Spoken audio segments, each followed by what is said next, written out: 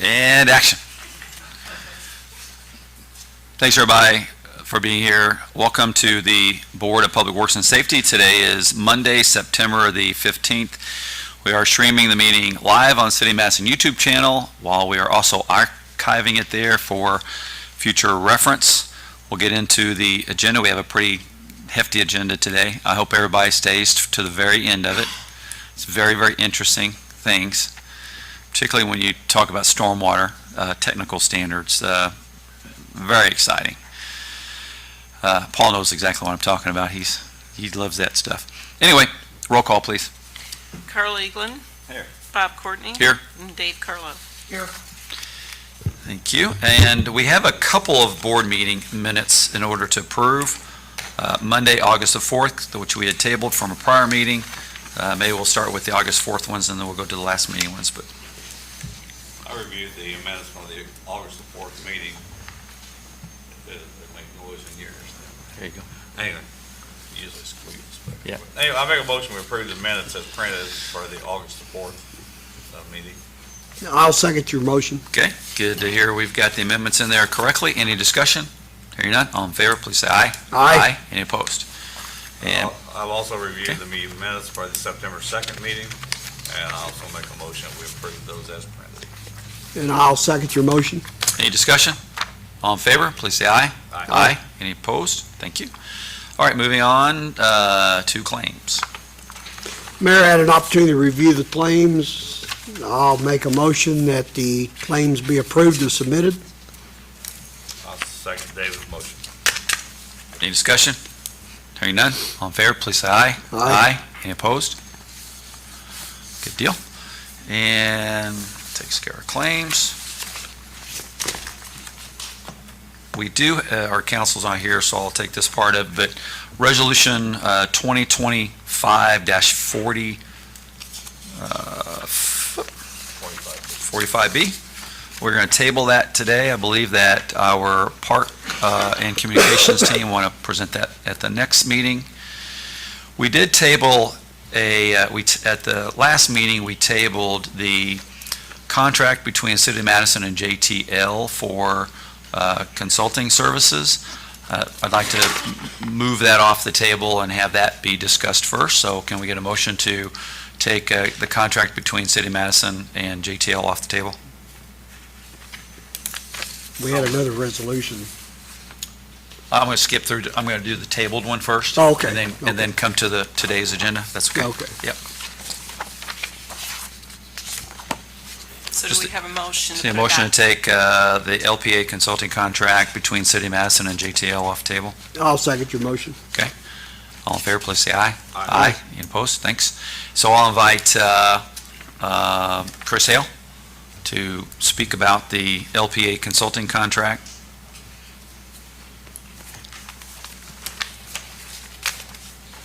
Morning, Chris. Morning, guys. Okay, so the LPA consulting contract between the City of Madison and JTL is for the design services for the East End Safety Grant, we call that, right? This is a project that we're working through NDOT, obviously. These are for the design and environmental services that would be involved in that project, and that's the first step in order to continue further investigating the project and how we move forward. You should have a copy of that. Yep. And just to clarify, this Yep. isn't the East End restriping. This No. is the updating the traffic and crosswalk signals at Correct. the intersection of Main Street and Mulberry Street and Main Street and West Street. Correct. The estimated construction cost, which will be funded in part by federal funds, is $605,000. Correct. And I believe that is an 80-20 because they're federal funds. Oh, it's 90-10? That's a specific safety grant. So we accepted that grant. When did we accept that grant? Late last year? Okay. Is that 90 federal dollars? 90% federal funding, Yes. 10% match. Those are the types of match arrangements that we like. Very low match, but high impact. This is the standard LPA consulting contract we have with them, but it is for design and environmental services to get us through that contract period. And describe what that would be, That would First, get us through yeah. the initial phase of the environmental scoping, and then move on eventually, once we got through that part of it, to the design of the traffic safety, the signals, the crossings, that stuff themselves. And the amount of the contract is $122,700. Yes, yeah, you guys should have a copy of that, but the exact amounts. And there's a breakdown inside the contract as presented up there. Is there an ending date on this contract?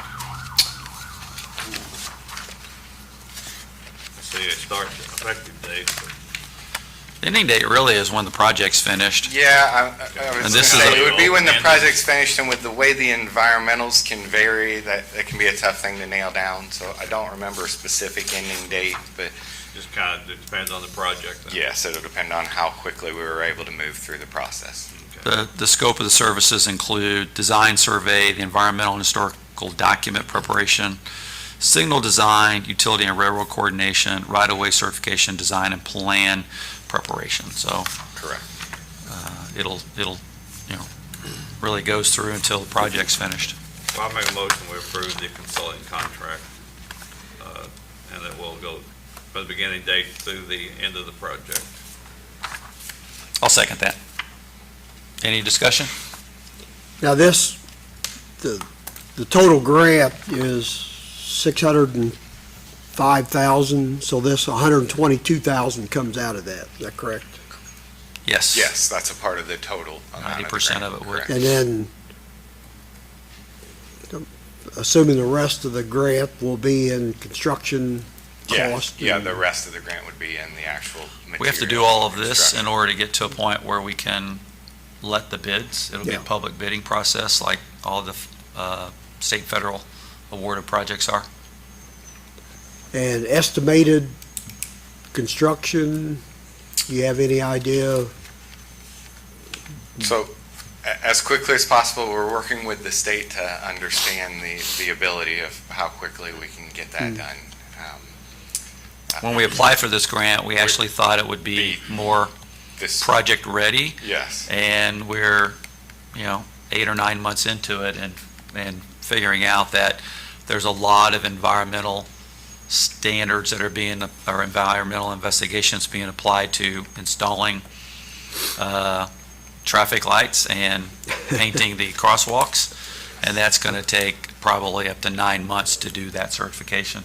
yes, because of our location, even though It's federal funding. federal funding and our location in a historic district, it's definitely slows the process down. So we're looking at least 9 months before construction could even Yeah, yes, begin, minimum, I would or say. before the bidding, For the bidding. bidding, so theoretically, this could Let the bidding, I should say, the bid letting. go on early 2027 possibly, In for the- theory, yes. okay. Mindy has something to add? Sorry. Right, there's funding. I'm just gonna mention, it's currently scheduled for letting in February of '27, but the environmental process will have to be completed by then. By 2027, Yeah, unfortunately, a lot of these projects, when you get the award, it still takes 2 years or longer to actually do all the work that gets you to the point where you can let a bid and start construction.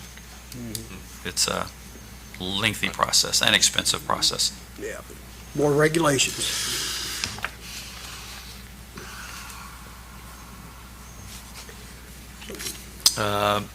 So we have a motion and a second. Any other discussion? Comments or questions? Hearing none, all in favor, please say aye. Aye. Any opposed? Thank you. Thank you, Chris. And we'll go back to the top, which is now Resolution 2025-46B, City of Madison Resolution of the Board of Public Works and Safety regarding transfer of equipment.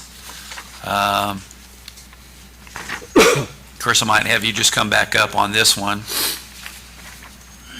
we have already approved the purchase of a piece of equipment in the wastewater department.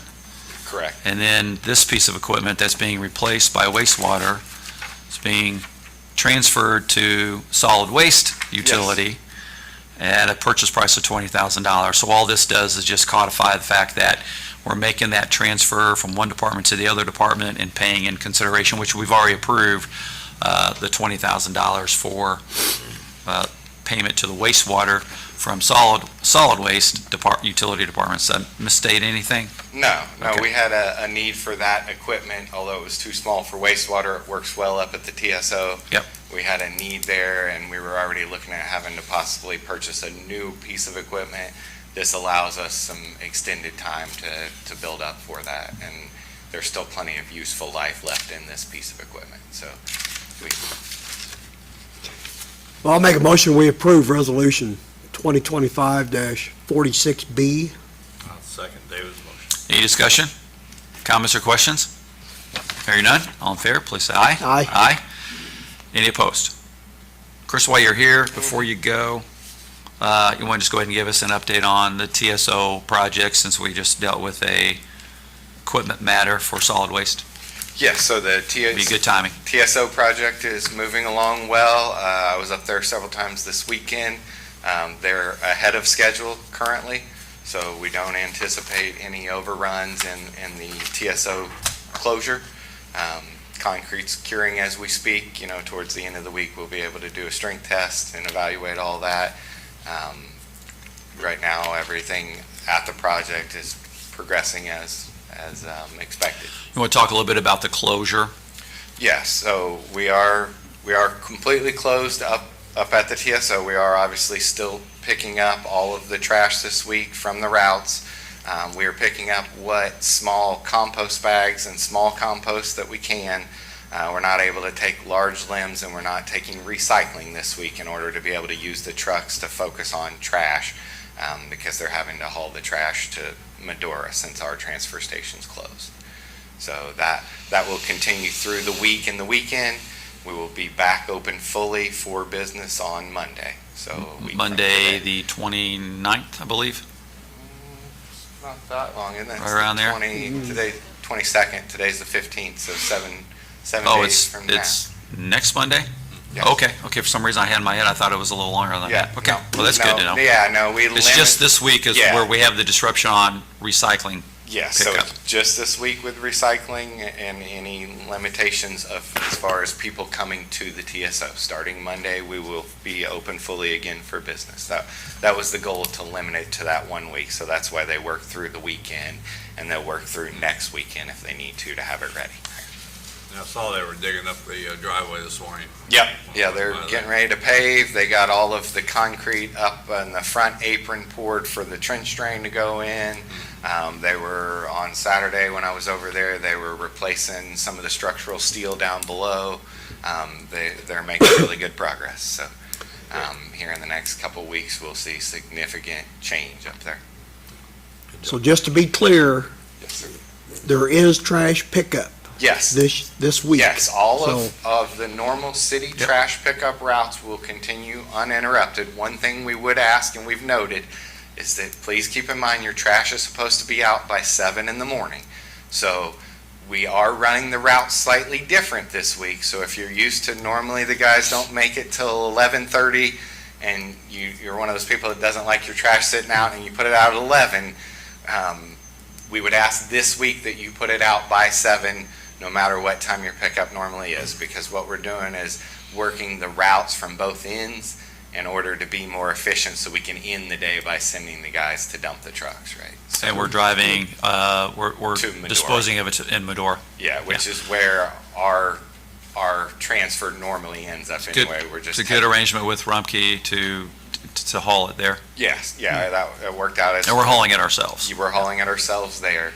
But yeah, that would be the one thing I would note that we've had a couple hiccups on, was if you can go ahead, you can put it out as early as 6 o'clock the night before, right at the curb. But if you can, please make sure you have your trash out by 7 this week, so that if the guys run the route in a different order, it's already out for them. Good deal. Yeah, we try to limit the damage to the 1 week, and considering the concrete takes 7 days to cure, that was pretty good. And this is the last part of the TSO modernization plan, which we started about 2 years ago. And the construction and plant improvements is the last wave of that. It started out with some technology things, and then it was in the standardizing the collection with the containers, modernizing our trucks, buying new equipment, putting tippers in there, eliminating the manual handling of the trash. We were manually handling over 7 million pounds of trash a year, and creating workplace issues there. And then now we're doing the plant improvements. So Yeah, so first we'll see a been lot a of lot. the foundation years. and a lot of the groundwork improvements, and then that'll be followed by the building improvements, the reskinning of the facility and that kind of stuff, so. good deal. I stopped in there last week Good progress. and just kind of give myself a tour of the facility. Got to be there when Rumpke was there changing out the, I don't know what, the dumpsters. Semi-boxes, It's yeah. semi-boxes in the back, and that was interesting. Yes, I mean, it's just kind of behind the scenes. yes. What goes on behind the scenes that, the normal person don't get to see, and there's a lot goes on up there. Yeah, there's a People just lot don't more realize. to it than people realize, Yeah. right? Yeah, so, Hey, these two guys take their role on the Board of Public Works and Safety very seriously.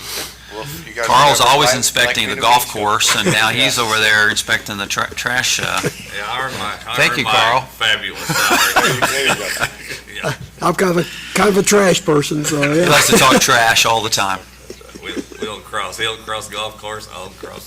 There you go. Well, we're happy to Door. have you up there anytime, and when it's done, we'll be glad to have you up and show off. Maybe later this week or next week, I hope to get back up there and look at, as the improvements continue. It's So, been, it was 1985, I think, was the last time they'd made an investment at our transfer station, and it's long overdue. Yeah, yeah. Finally happened.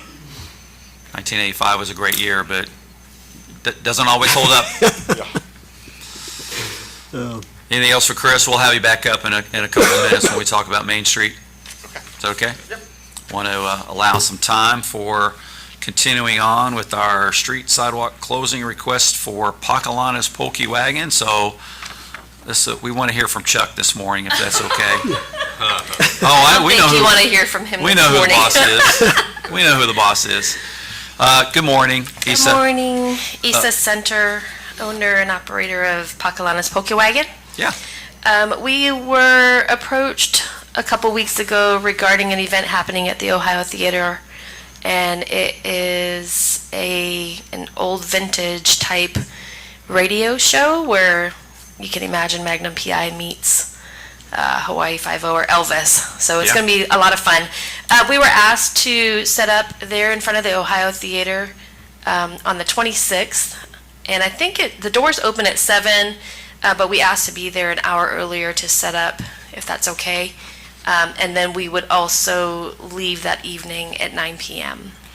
So this is a year or so ago when we implemented kind of the permitting requirements for food trucks to be inside this perimeter, part of which is Broadway to Jefferson and second down to Third. This is, we're not really closing the sidewalk, you're just going to be occupying the space in front of the Ohio Theater on, from 6 to 9 on, what was the date? September 26th? Oh, September 26th, there we go. Correct. Thank you for going through this process with us. Yeah, thank you. Do we have any electrical cables or anything going across the sidewalk? At this moment, no, but if we do, we will take the safety precautions and have coverage there for the cords. Very good, thank you. I think we'd already examined the generator, the decibel level on the generator. We actually have a new generator. The quieter, the It's a lot quieter. quieter, yes. Thankful for that. Good deal. Yeah. And so thank you for following the process. I don't see any issues with it at all. It's working the way we want it to. And we had already talked before just about the surrounding area, waste, noise, making sure you're serving to the sidewalk, not into the street. Right. Those types of things that we've just tried to mitigate and abate when we adopted that procedure. But you guys do it really, really well. Thank you. And your food's awesome. Thank you. Any questions for Isa on the request? Hearing none, I'll just move that we approve the requested food truck parking on September 26th. I'll second your motion. Any discussion, comments, or questions? Hearing none, all in favor, please say aye. Aye. Any opposed? Thank you. Wonderful, thank you. We'll see you on the 26th. That's Chautauqua weekend too, isn't it? Wow, it's going to be busy. Yeah.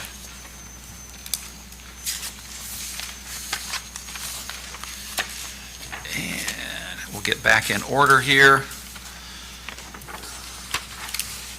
We already discussed the contract, so may I ask Chris to come back up. We'll talk about the pay application number 1 for the 2025-1 CCMG contract, Yes, so this also is known as, our Main Street Main Street. project that's currently under construction. This is their first submittal for pay.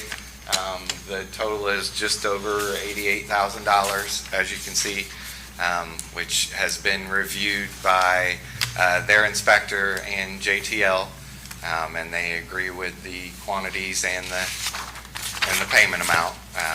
As you can tell, that's much less than 10% of the Yep. total project, and they're significantly into it at this point.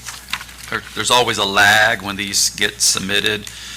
And this was through August 25th, and there's been a lot of work happened since then, particularly with the bump outs and the stormwater elements of it. So progress is happening. Is there any additional update you'd like to give on Main Street as we're talking about in the context of this pay app? Yes, so the progress is happening. The road closures due to the safety incident have helped speed the progress up this way, as you'll see. We are working with the contractor very closely to try and refine and communicate the schedule out to the public, and also avoid affecting Chautauqua weekend as much as possible. We know that's a very big event in town and a concern, so we're working with them closely today to try and line out everything that can happen between now and then. We have the overall schedule that we've published, but as the construction changes occur, we're trying to make sure we communicate that out and keep the public updated. So we expect another communication to come out later today as far as where to expect construction when, and when to expect the roads to start reopening on the tail end of that project so that we can move that as we go, right? So Yeah.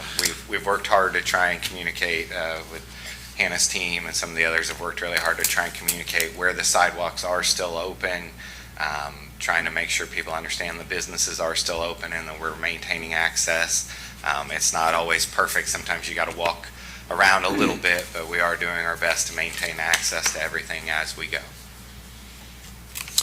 So the pay application number 1 in the amount of $88,189.20 being requested. I'll make a motion to approve the application or payment for the amount that the mayor just quoted. I'll second Carl's motion. Any discussion, comments, or questions? Hearing none, all in favor, please say aye. Aye. Any opposed? Thank you. And anything else on Main Street that you need to add, or TSO before you go? Not at this point. We'll have Okay. an updated communication on Main Street coming out here in the next Yep. day or two.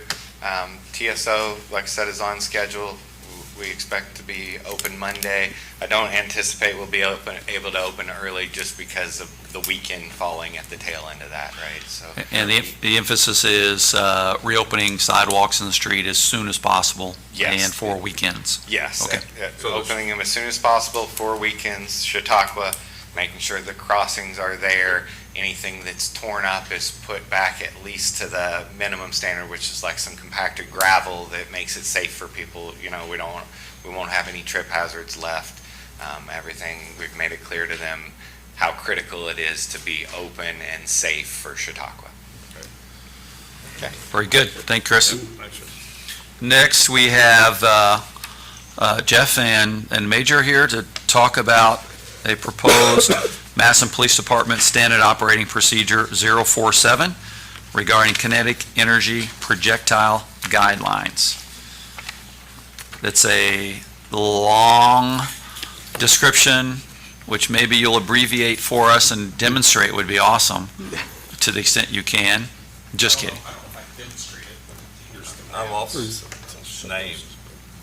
Ah, that's what that looks like. Great keychain.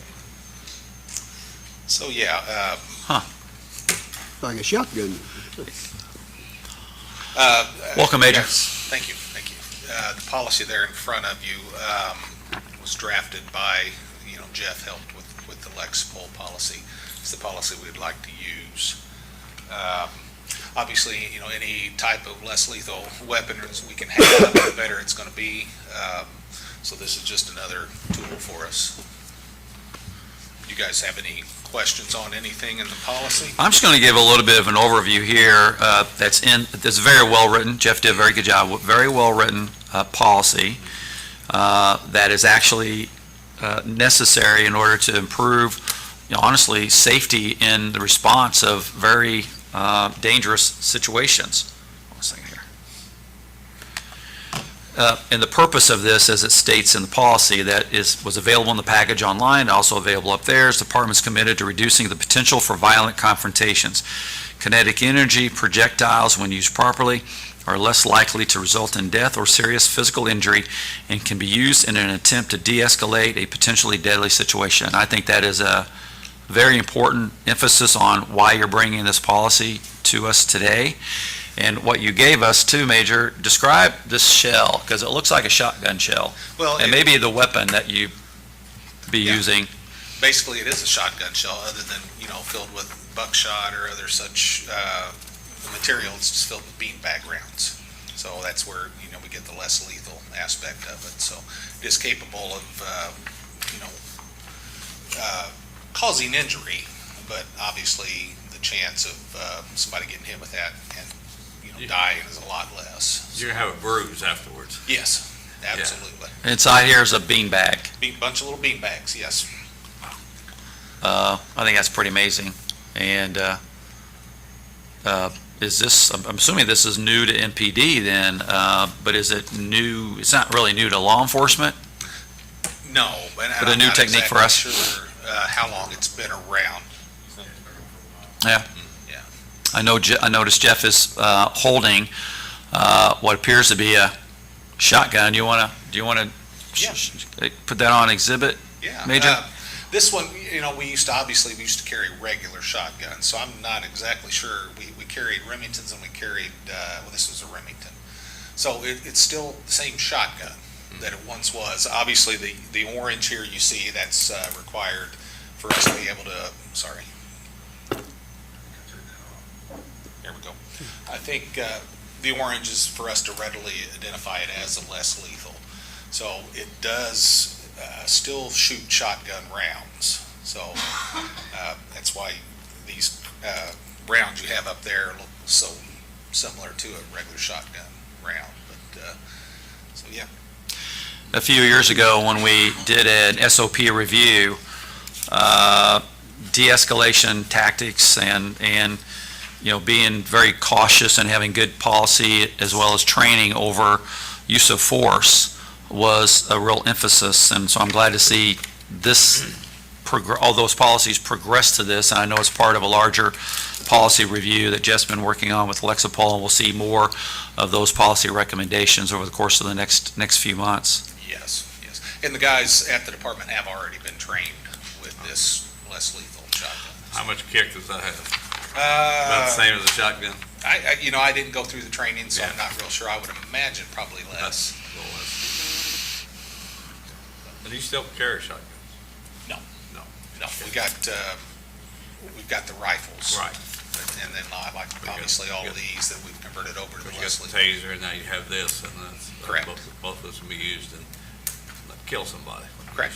Try to just de-escalate the situation and save somebody's life in a dangerous situation. Yes. Very good. Major, could you maybe describe some situations or, that would warrant the use of this? Yeah, basically anytime they may be armed, this is always an option. If the guys feel that's a better alternative. I think in the policy it specifically says if they're trying to harm themselves or trying to harm others, riot control, stuff like that. So, yes. I mean, if you're in a situation where you're facing somebody that's armed with a deadly weapon, I mean, this is not a deadly weapon, Most so, likely the guys aren't going to use that in that kind of situation. You know, correct? Yes. yeah. Yes. So this was, if they're not, if the officer's not feeling threatened by a deadly weapon, then this would play into de-escalation or whatever. Absolutely, yes. Will each vehicle, each officer or each vehicle have this gun? Unfortunately, no, we don't have enough. We have 17. Okay, And when we're fully staffed, we'll have at least 24 officers out, so we'll be short.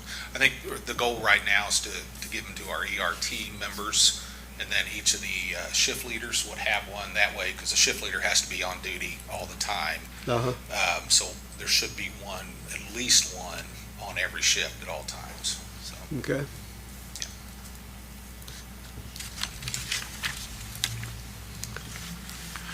Any other questions for the major?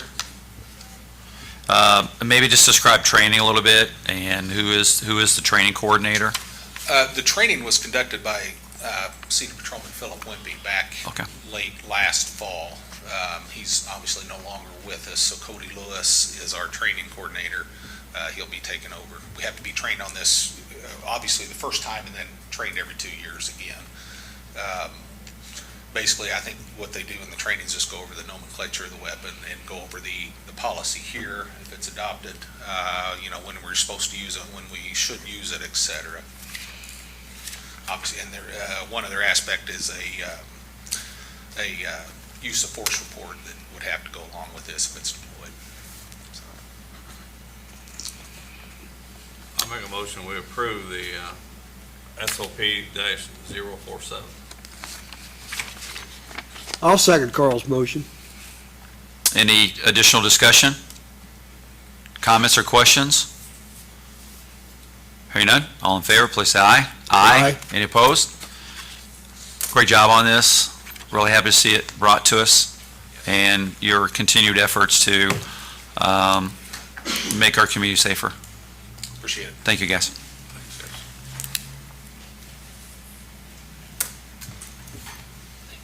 Man, I was gonna put down my key right now. Is it, you said it's a bean bag, or?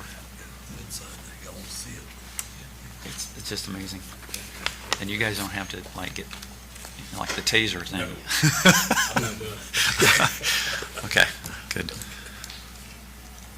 Invite Nicole Shell and Dewey Neal, if you, whoever is going to be presenting this next one. What we have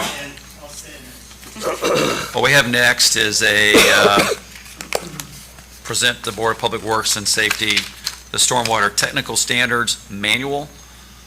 Just a little background. Last year, we had been spending, I don't know, probably a year or two actually updating our stormwater management policies. Last year, City Council adopted an ordinance that repealed and replaced the City of Madison's Code Chapter 54 Stormwater Regulations and Chapter 55 Post-Construction Stormwater Regulations. And then the second generation after adopting the policy was to update the City of Madison Stormwater Technical Standards Manual, which is what you've been working on. And so maybe give us an overview of that and what we've shared we've shared all of the material, whoever wants to review it, and then also for the Board of Public Works attention, there's a summary of the key elements of it. It's a very lengthy manual, 100 and some odd pages long. And what I was going to ask Nicole and Dewey to do today is give an overview of the Stormwater Technical Standards Manual, and we can bring this back at the next Board of Public Works and Safety meeting for the adoption. And that allows the Board of Public Works members here plenty of time to go through it, and then at the next meeting, we can ask any questions you might have. I've already reviewed it with Nicole and staff, but I want to make sure you guys have as much time as you need because it is a very lengthy document, but it's a modernization of another policy that has been several years in development to improve stormwater management across the city. Yeah, this was a part of our contract with OHM while they were doing our ordinance update. We used Purdue LTAP, created draft documents for the entire state to use kind of as a starting point. So we've used that as well as the city of Jeffersonville, who implemented the LTAP documents a couple years ago and have made modifications. So we used both of their documents kind of as our starting point. We had a committee of ourselves, Dewey and I, as city staff. We asked Rebecca Franks, our superintendent at the treatment plant, just for her input because she has a background in MS4, and then our third-party contractor, James Hall, who does all of our plan review and inspections currently. We all sat down and reviewed this with our contract engineering firm, OHM, while they completed the review. But basically, this just gives a standard for which James will use when he's reviewing the plan submitted. It outlines what the city's expectations are as far as stormwater runoff and retention, that kind of thing. So yeah, it is very technical, but it's being used by engineers both on the review end as well as the creation end for stormwater plans. Does this also, I haven't been through it all yet, but because of the hills that we have here in Madison, which that makes us kind of unique compared to, say, Charleston or Jeffersonville, does this address, of course, the hydraulic push and all from the water that's coming down the hills? We asked them to take a look at that, which is why I said we use those two documents as a starting point, because neither one of them really addressed that. But this, keep in mind, is for properties that are more than an acre disturbed. So a lot of that is going to be on the hilltop. So retention, detention is one of the ways we're trying to handle that. I saw a lot of work going on in the retention pond. I guess y'all had to do some modifications. Yeah, they're To that. continuing to, up at Sunrise Crossing, they're continuing to work up there. And the final phase of the retention pond is going to be done with the residences. That was always the plan. This draft is available for review. You guys have it. It's in the board package. Any questions, any additional questions for Dewey or Nicole? And then we'll bring this back for review and additional questions and finalization at the next meeting, which will be Monday, October the 6th. How long have you been working on stormwater? We took this over. 3 years? 23. Yeah, 23. Wow. So 2 years. Almost 3 years. There's still a lot of work to do. Stormwater is one of those very elusive things to try to control and manage. And all of the water is coming downtown toward the Ohio River in one way or another, whether it be man-made or the tributaries. And it creates a lot of issues for us. It's one of our bigger issues that we face across the community, that we've not invested properly in it over the course of the last couple of decades, but we've been reversing that by better policy, the better technical standards, certainly knowing and working with development and what that can mean to stormwater if it's unregulated. So I'm happy with all the progress that we're making. There are some calculations that you'll be expected to complete next, you'll notice a bunch of calculations in there. I've been working on those. Yeah, I figured you had. Thank you. Yeah, there's a technical standard for the calculations. I can't remember the form. There's like a scientist's name who adopted the formula. Yeah, there's a variety of those. Oh, Manning's equation. So we'll go over that in detail at the next meeting. I hope there's a test afterwards. Yes, there should be. I notice Appendix C is a construction, and the Main Street project that's going on now, replacing stormwater, improving stormwater runoff,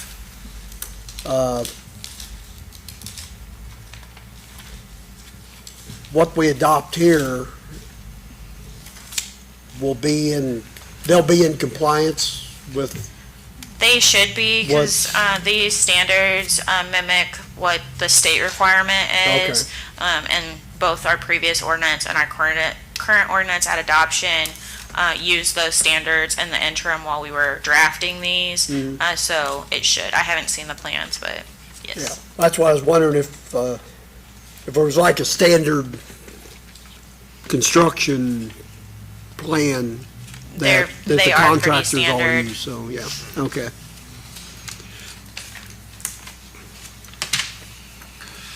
Any other comments or questions? And we'll leave this on the agenda for action at the next meeting.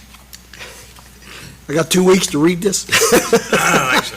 I did it in a couple hours today. It was hard, really hard. Oh, yeah, there's a lot to it, so.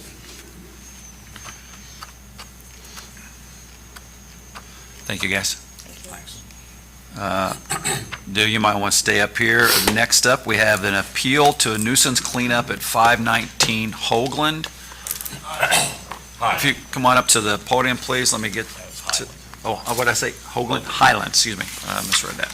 Highland. Good morning, and what's your name? Name's Darren Van Wy. Hi, Darren.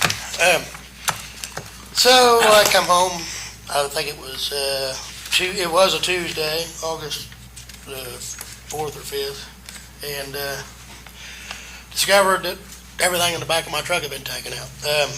At the time, I had not received anything. That day I did, after I got home, I received my piece of mail stating that it needed to be taken care of. I would have loved the chance to have taken care of it. That's my first problem with it. I never got a chance to even take care of it. As we spoke, I mean, he said something about, I can't help what happens in the mail, but if we could get more time or enough to, just address the situation. That's my first problem. The second one would be, sorry, I'm not the greatest public speaker, would be the amount, the total amount they did. I mean, it was less than 20 minutes worth of work. They unloaded a truck, took 2 trash cans, and the total on there was over $1,000. The exact amount for just the work is $1,019.70. Put a lien out on my home on. That's a little bit pricey for 20 minutes worth of work on a truck I could have unloaded in 20 minutes. But like I said, my biggest issue was if I just got notice, it would have been taken care of. I would have never thought a trampoline and stuff in the back of a truck would have got me a letter from the city. That's my complaint. I understand. That's all Yeah. Anything else to add, No, Mr. Van Wy? I just would have loved to have time to take care of it. Well, you have pictures in front of your vehicle there of some old tires and things. It wasn't just out of your. Well, they didn't take the old tires. They're in that tire is in the back of the truck right now. That was my spare tire. So maybe ask Dewey to come up and explain timeline and notice provisions. I see the notice of the lien was on August the 13th, but you want to walk through that, Dewey, on the process, just to Yeah, of help? course, and in your packet, you will see the timeline laid out for you. Nicole has it up there, I believe, yeah. So the nuisance ordinance is very specific, and the process is the key to anything that I do.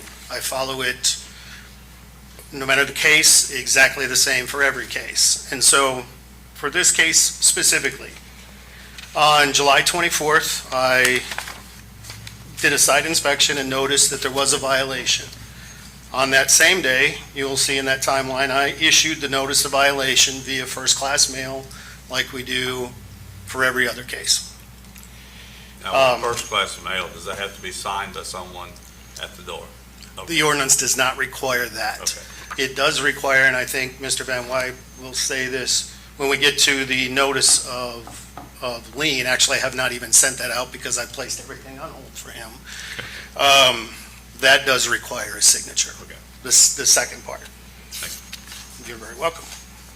Then you will see on the third item down says a reinspection. I actually put that out to do on the 29th, which is 5 days after the violation was issued, which is what the ordinance requires.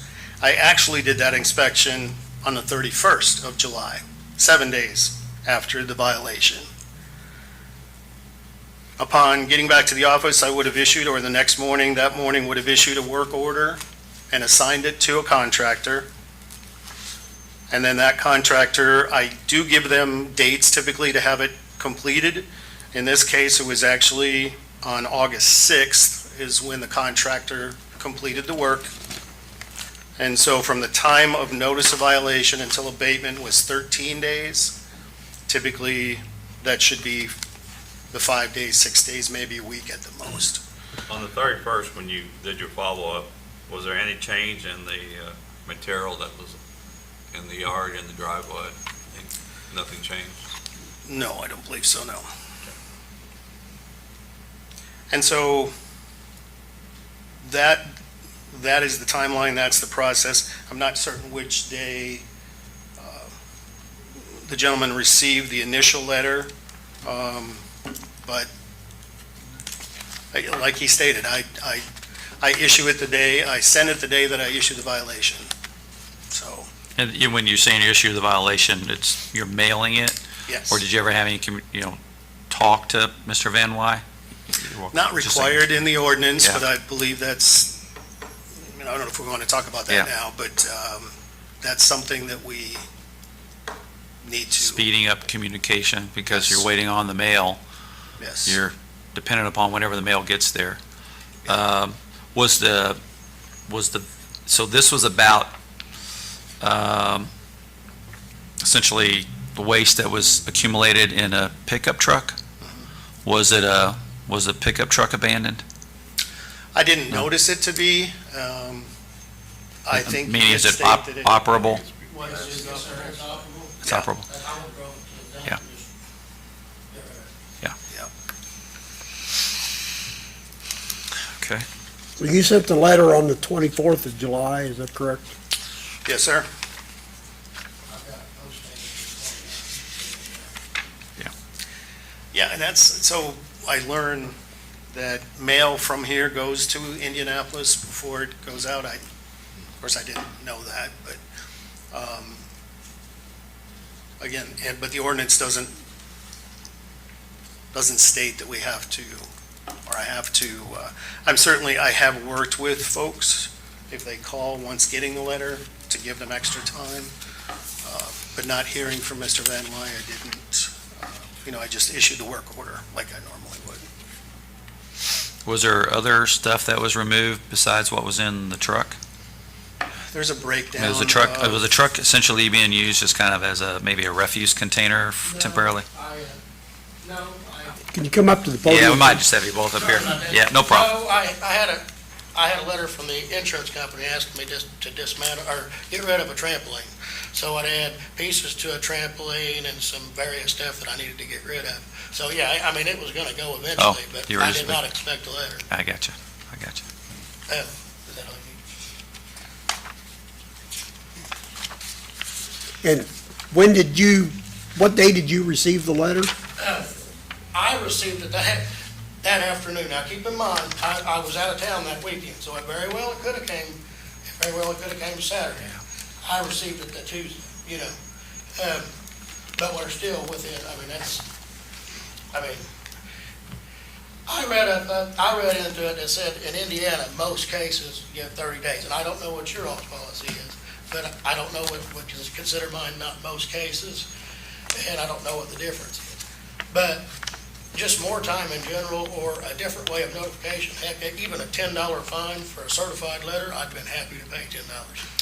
Dewey's been really working hard to clean up a lot of chronic issues across our community with trash and abandoned vehicles and unsafe structures and those kinds of things. And the contract that he works under is kind of the state law and our local ordinances. And I think he's identified that there's a bit of there's a gap there on how quickly you can get things abated, because you're dependent upon the U.S. mail for your notices, but normally would not give 30 days. It would be, essentially, you get your notice, and you got essentially 5 days from the time the notice is sent in order to do it, because we want those to be corrected. And often, if I'm speaking for something that you want to elaborate on, often by the time he's made aware of it, it's already been there for quite a while. And he's someone probably has reported it and has said, hey, it's been there a long time, can you get them to clean up their property? So that starts the case and the notification. So how long, I guess, Mr. Van Wyatt, things been accumulating in the back of the truck? Well, I can tell you, I did undo the truck. It would have been in the summertime, so I mean, it hasn't been that, I mean, you know what I mean? Something I wouldn't, it was in the back of the truck, so I would have never expected the letter. I just figured I'll get to it when I get to it. Yeah. Has there, so David, you mentioned that you froze something. Describe what you said there again.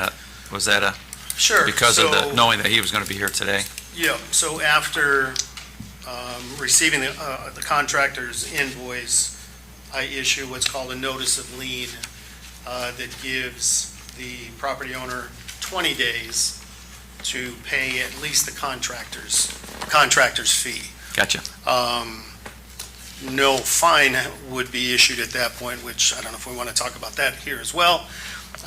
No fine would be issued as long as that was paid, or no fine would be incurred as long as the contractor's fee is paid within 20 days. When was that issued? I have not you've not issued that, that pending because this. of what Gotcha. we're Okay. dealing with today. Okay. I will say that in good faith, I do, have worked over a period of time for payment of that. It's not extended very long, but I do have the ability to do that. I see. Rather than issuing the lien, you're saying Yes. allow additional time for the amount of the contract work to be paid for. Yes. That's my next question on that, though, because Yeah. I don't know about you, but 20 minutes worth of work and $1,019, I don't know, but we're all in the wrong business if that's the right price. I mean, were you there when he was doing the work? Well, I mean, you gotta use your common sense. I know, but, yeah, Common sense, it's, I'm not trying to do that. It's I common get it. sense. I get it. Yeah. I mean, I'm not sure he works on a per hourly basis. It's per job basis, which also included going over there, removing it, and disposing of it, I'm assuming. Yes, And then the cost of the disposal. yes. So probably more than, 20 minutes, but it wasn't based on an hourly. How was it based on? How do you, just maybe describe to the board a little bit about how the contract for the work is let? Sure. Well, again, the ordinance doesn't state anything that there's no bid process required. I don't have to get, I don't ask the contractors what their fees are. They simply come back to me with their invoices. We're not required to vet, is that the right word, to You're do those things. You're not bidding out and getting a Right. per hour rate or You something. know, you call a contractor to give you a price on cleanup. Is that correct? No. No? No. I mean, all right, how was this contractor contracted Selected, yeah. selected to? Well, we only have two. Okay. Currently, we have done, what was that called, Nicole? RFPs. RFPs. Have gotten no responses. One contractor's been with us been with the city, has been doing contract work for the city for a decade or better. And the other one this one in particular is relatively new. But there's no selection process. It's, one tends to be better at the vegetation issues and the other one is more able to handle heavier stuff. Right. bigger jobs, stuff of that nature. Right. Does that make sense? Yeah, yeah. And that's essentially how I select who does it.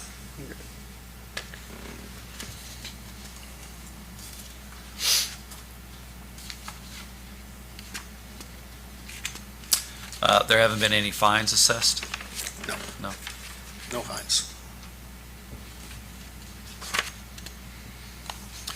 What looks like a good outcome here in both of your all's minds? To be honest with you, when I talked to him, I thought a reasonable, I thought a reasonable price with the contractor. And a reasonable price to me, if I was to pay somebody to do it, would have been at $150 or so. Yeah. So when he sent me $1,000, I was through the roof because it was way over it. Because I just thought, well, if it's $150, I'll pay it, just be done. Yeah. But when I got that over $1,000, it's a way different story. Understand. Yeah, I totally understand that, and maybe there's some improvements we can make in how we contract.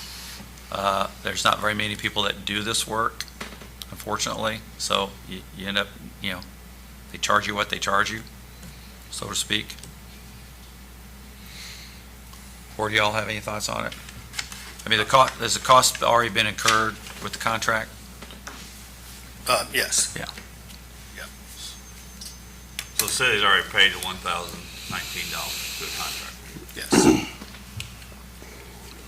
I should verify that. I'm almost certain we have. Yes. Well, it sounds like you went by the ordinance. Absolutely.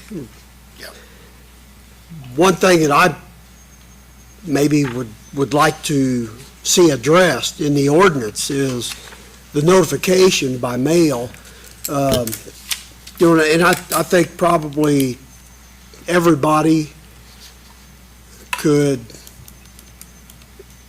see that the mail service the last few years is not the mail service that we were all accustomed to prior Understood. to the pandemic. Yeah, no, understood. And I And, think, I mean, I had a personal situation where I mailed a payment to a office on the hilltop, and it took 2 weeks from downtown to get to the hilltop. sure. I could have walked it up there, in less, just a couple hours. So, I guess I'm saying I would like to see maybe a change in the ordinance, the notification, instead of just using first-class mail, that maybe we use a certified mail. I have a better idea. Yes, yes. I'll let Shirley talk and maybe I can Okay. follow up. The clerk treasurer's office is responsible for Violations Bureau for the acceptance of the fines. And that's about the extent that we would have. We don't go into planning, preservation, design and come up with their policies or suggest any ordinance changes. But Dewey and I have talked that to speed up the process, the possibility of getting similar to you put on a FedEx package you've got an adhesive, you put a piece of paper, he would put the actual violation in one of the adhesive sleeve and adhere that to the property in some way, maybe take a picture of it. That's going to have to be something that is decided outside of my office, but it is a suggestion that would speed up the notification time. However, I do not, just based on what I'm hearing, and I've just read this and just heard Mr. Van Wise speak, it doesn't sound in this incident that would have helped because you said you were on vacation. So it would have been. I would have still got it. I was home, I went to work. Can you we have to tape everything, Yes. sorry. I would have got it, when I come home from vacation, I would have definitely seen that and called Monday morning. So, yeah, that would have definitely helped had I had anything on there. I did not go to the mailbox that Monday, I went to work. But if something's on your door, you're obviously gonna see, I would have made a call from work and tried to, hey, can you wait till Wednesday? Dewey and Nicole have made some suggestions on how to improve that process more quickly. And, the thing about it is it's a very reactive process. We don't want to come to your house and cleanup areas. Unfortunately, we've had to do it 1,500 times over the course of the last 2.5 years. It's a chronic problem. And the way the ordinance and the state statute reads is there's a lot of mail notification. Certified mail isn't required in very many instances, and we wouldn't want to go that direction because that creates even more delays. What we're trying to get is a sense of urgency, but also educate the community along the way of the importance of keeping your property clean, because everybody lives there, and you deserve this too, Mr. Van Wy, to have a clean, orderly home for the benefit of yourself as well as the neighborhood. So these are difficult things, and he's very busy at doing it. But somehow speeding up notification has been important, and I know you've been working on that. Yes. That would be a really helpful thing. And in some instances, speeding up the assessment of the fine because the violations occurred. Well, right, and again, we can talk about this now, or I think we want to talk about it, over the coming months, that through Shirley's office, although I don't believe we need to use her office for this, there's something called the Ordinance Violations Bureau, which, in this case, there was a violation. I noticed the violation. At that point, there should be an immediate, and I'm actually authorized through that chapter to issue an immediate fine violation, in which case you've been fined $150. And then from that point, following up, as Shirley's saying, not following up, but at that same time, issuing you have the 5 days to do this, the fine's not going to go away, but any possible contractor fee would, as long as the property owner cleans it up. So I believe that is where I don't believe we should be moving in that direction, on my opinion, but Shirley can add anything to that. I think that if you and I, now it's been 6 months or more since we've had time to do a meeting. However, I believe that I can dictate the procedures for the collection of the fine. I don't know that I can dictate how the procedures are done in planning preservations, but this is the board that you would approach to say, can we do the adhesive sticker notice? Is that Right. something that we can have your approval on?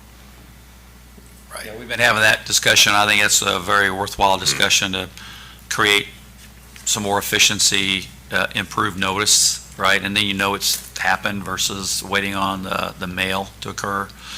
I think a resolution today, just acknowledging this, would just be to, if the board would entertain a reduction in the amount of the cost for the cleanup.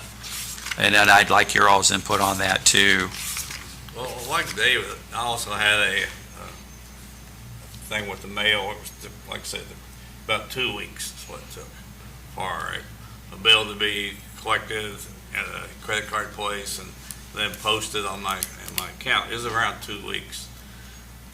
Now, you can't get away from the idea that there was an issue with your property. Instant trash had been there a long time. Yeah. But would you be interested in maybe, because the city is out $1,000, would you be interested in cutting the cost, say in half, with the city? I mean, what's your thoughts on that? Because, that's one of those deals where, I'm at your all's board or an attorney, so at a certain point, I gotta hire, you know what I mean? Okay. So it's, What do you think? that's more money. What do you think about it? You had to pay, tires are expensive to get rid of. Do we? And and you had to pick up a truckload of stuff. Yeah. So, there is some expense there, that we just can't get rid of. But, we're trying to be reasonable. We don't gouge anybody. That's my, I understand where he's coming from, that's what Right. but yeah, we've got to get, if you give me a reasonable price, Dewey, would you be something's amenable gotta to reducing this by $500, and then we just continue to work on our notification and processes, because I think that's also a key element here. We don't want to undermine Dewey's work because he's really got some issues out there. yeah. And we don't want to undermine your work Thanks for either. reminding me. I'm sorry, Yeah. No, No. I was highly upset. I don't Yeah. know if the young lady. Oh, I understand. And we're sensitive to the concerns you've raised, as well as the job that Dewey has to do.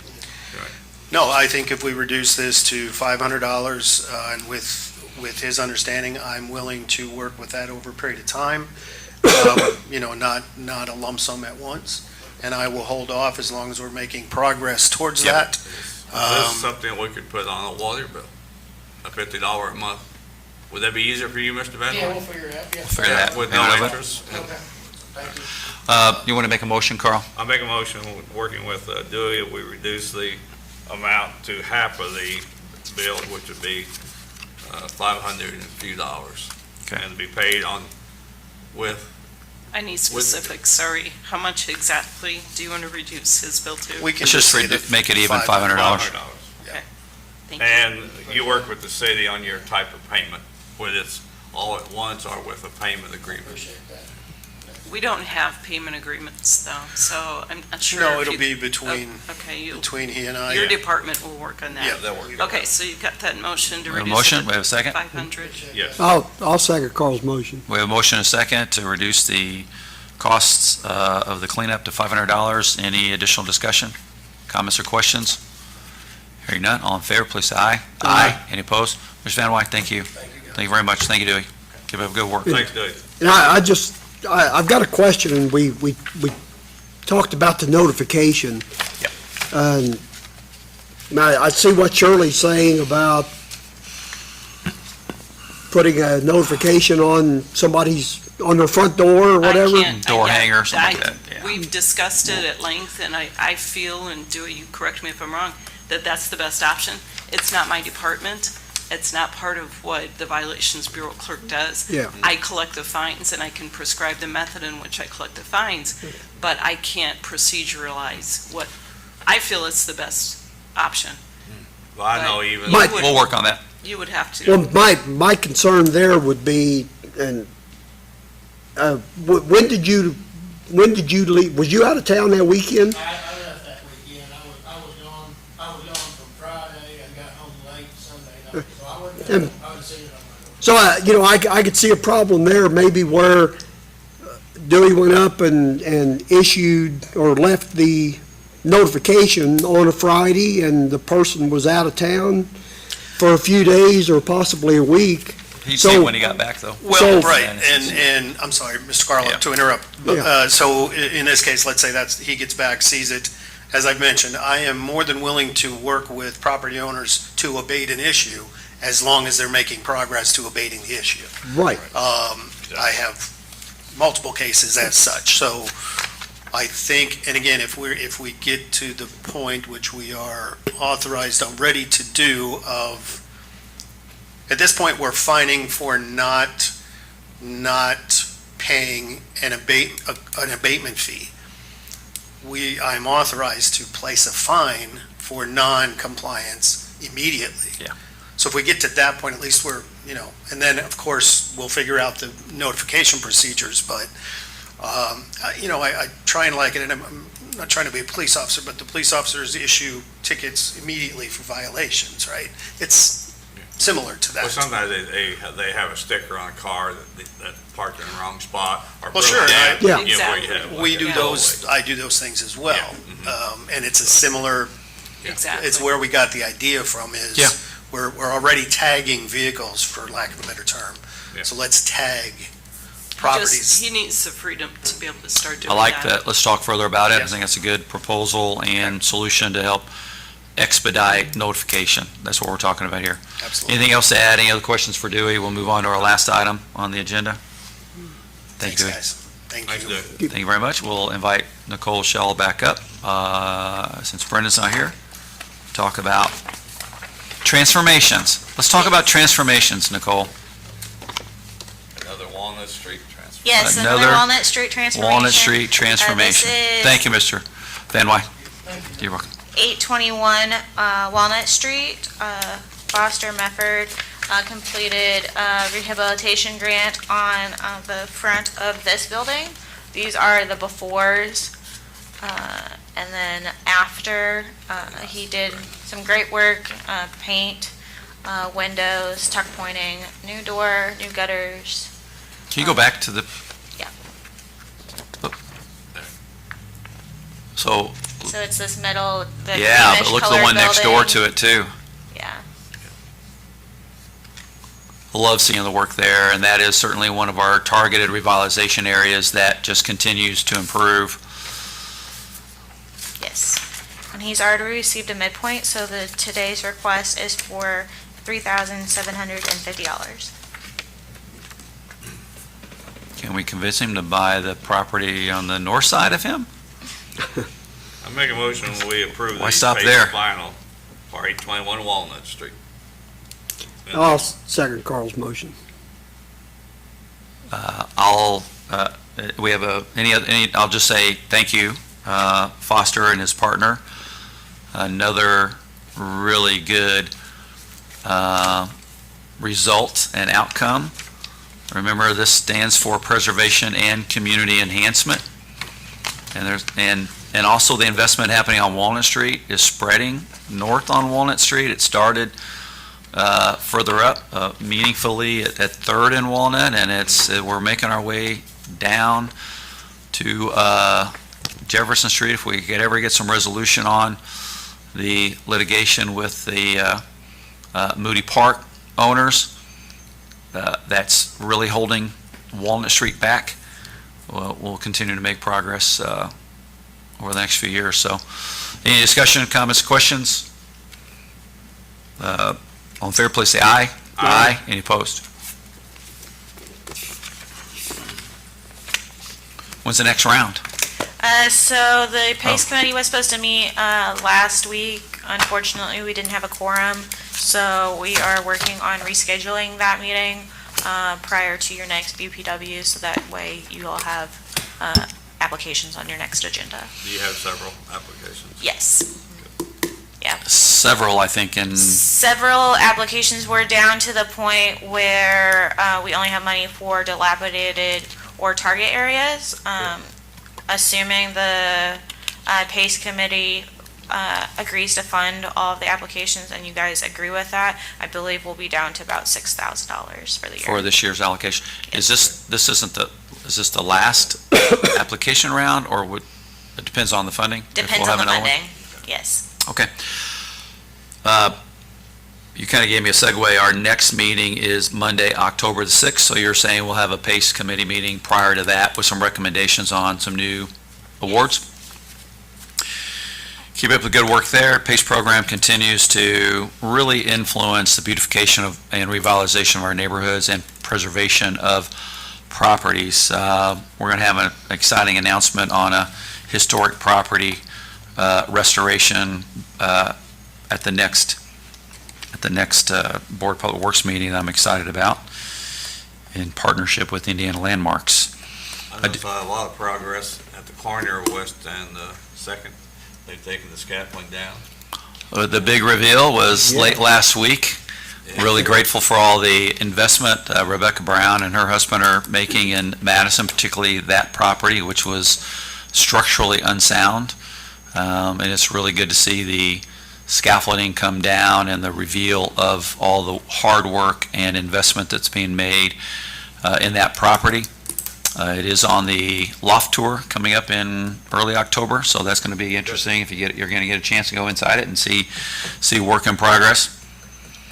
As it relates to a couple of other remarks, I'll mention that we do have an updated ADA plan that is out for public comment.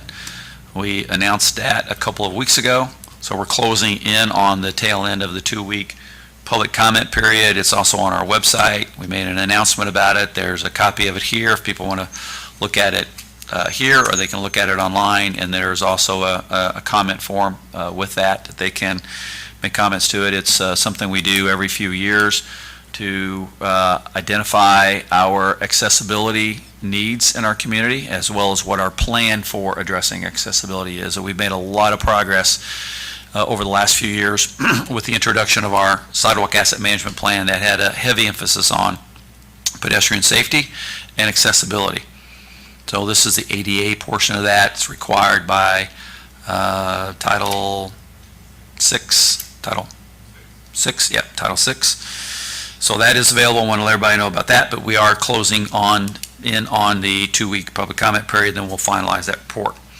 Chris gave us earlier an update on Main Street as well as the TSO projects. I want to just continue to reemphasize, all of the West End businesses are still open, shop local. We're doing our best to make sure there's pedestrian access, and if that sidewalk is closed temporarily, how to get around, but please continue to shop those businesses and help them get through the disruption that occurs when we're doing construction. We start at Mill Street, moving east to Broadway Street. We know there's a lot of activity happening in our community that centers around this work zone. Workplace safety is extremely important, so it's going to continue to be closed throughout the week so we can safely do the work. There's also work happening on the west end of town with our Madison Hanover Connector Trail project. You'll visually see that transforming when you drive by the trailhead for Heritage Trail as well as Clifty Falls State Park. Lastly, I'll mention it since we were talking about stormwater. Soon we'll be bringing to Board of Public Works and Safety something we've been working on for several years, which is a Crooked Creek flood mitigation plan and stormwater infrastructure mapping plan. That's taken a tremendous amount of work, but we are now reviewing some final elements of it, and we'll bring it to the Board of Public Works and Safety for adoption, and it will be the roadmap of how we're going to invest in make additional investments in the mitigation for flash flooding at the Crooked Creek watershed, and more importantly, the North Walnut Street, North Jefferson Street areas, all in back, Dugan Hollow, that have been impacted repeatedly for 150 years of flash flooding. And we've weathered some storms since the last flooding in 2021, and I think we've weathered them much better because we've made the required investment in detention on the hilltop, annual vegetation remediation program, and policies to help with future development to limit its impact on stormwater, as well as now better stormwater mapping, updated stormwater ordinance, and now a Crooked Creek plan. So none of that happens by accident. It's been a lot of hard work. It's been very expensive, but we are closing in on the tail end of another multi-year project that is that's very worthwhile for the safety of our community, and particularly for our historic district. We have the 5 to the 5 festival this weekend, and then in 2 weeks, or less than 2 weeks now, Ground Zero for the 2025 Chautauqua. Lots of stuff happening in between there, and then of course October is going to be really busy. So, Board, do you have anything to add before we move into any public comment? I've just have a question. You mentioned Chautauqua coming up in less than 2 weeks. My concern is the trail construction. Is there any way we can get that State Road 50, or, well, not State Road 56 Hanover anymore, Hill. but Hanover Hill open the weekend of Chautauqua Without the stoplight. without the stoplights? We'll have to do 'Cause some we have research a on that. traffic- Chris can address that, but the problem with the, not sure. I would not make any promises that we would be able to do that. Timing is everything, and meeting deadlines on projects like this before you run out of proper weather for construction. Not sure, so it probably will be an inconvenience, but we'll have to just work through it, and we'll be in communication with the event organizers, and they also have offered transportation for those who want to park in different places. Well, we have a, Chris, you have anything to add on that? No, that's about Okay. the best way we Yeah. can say it. We are working to mitigate that damage as much as possible. You'll notice on the weekends have been happening, basically yellow light. Maybe come to the podium, sorry about that. Oh, you're slingless. Yeah, trying it out for a Yeah. little bit. We'll see how it goes. So we are working to mitigate that. You'll notice like on the weekends now, it's been basically yellow light both ways, right? Open. So Yeah. that's what Yep. we're aiming That- for. I don't know that we'll be able to completely remove them, but we are aiming to have both lanes open. As long as for- both, yeah, for yeah, it Chautauqua, don't have to be but- removed as long as both he lanes are said, open. with construction and the weather, Yeah. I can't make that guarantee, but we understand the importance of trying to make that possible. Saturday afternoon in Chautauqua is a Yes. busy There will be a traffic. long line of people if Yes. it's not open both ways, Yeah. but we will do our best. Yeah, and while we're talking There are Chautauqua, other options, right? Major, maybe that's something to add to our list is our traffic management plan for the Chautauqua. We'll talk about that tomorrow. And as we get closer, we'll give a better update. Okay. For that. Thank you. Very good. Thank you. Anything else, board? We'll open up to public comment.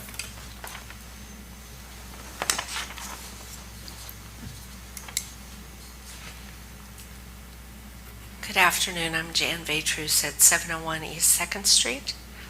And I just had a question about the ADA plan. We have quite a few folks in the community that are well-known that are either using wheelchairs or mobility scooters. In fact, there was a couple out in front as I came in the building today.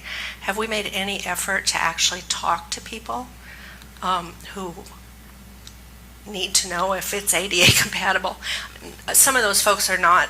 Jan, People that are have you on taken the time to review the I ADA report? I just remembered it. Okay. Okay. That's so- why I wanted to bring it up too, because we No, are on I the tail end. appreciate that, but I hope that we reach out to real people and talk to them. And we found out this morning that just sending something in the mail or just posting it online doesn't necessarily mean that people are engaged. And we know several folks who are very active in the community that do require mobility assistance. So I remember way back having folks, when the ADA stuff was first coming out, suggesting that city planners and architects actually sit in a wheelchair and try to use the sidewalks, that would be a better way to make sure the ADA was really compliant, because Oh. those of us walking around don't see the same thing. So I I mean- just encourage you to Yeah. talk to some real people before the deadline. Yeah, Thank you. I want to maybe comment on your, I think it would be a really helpful exercise for all of us to have to experience the mobility impairment that they're experiencing and get around town. And I'll tell you, even if you're a young parent with a stroller, it's extremely difficult, which is why we've got to continue to improve our crosswalks and our curb cuts and our sidewalks and our broken sidewalks, and that's what the purpose of that asset management plan, which goes along with the ADA side of things. And our engineers work very closely with advocacy organizations and providing feedback on all these plans too. It's hard to reach out to individuals, but they're reaching out to organizations that are focused on improving mobility, and that's why we also have the public comment period that we've tried to make it available and make people aware that it's there if you want to take the time to review it and comment on it. Anything else? Make a motion, we adjourn. Next meeting is October 6th. I second that motion. All in favor, please say aye. Aye. Any opposed? Thank you.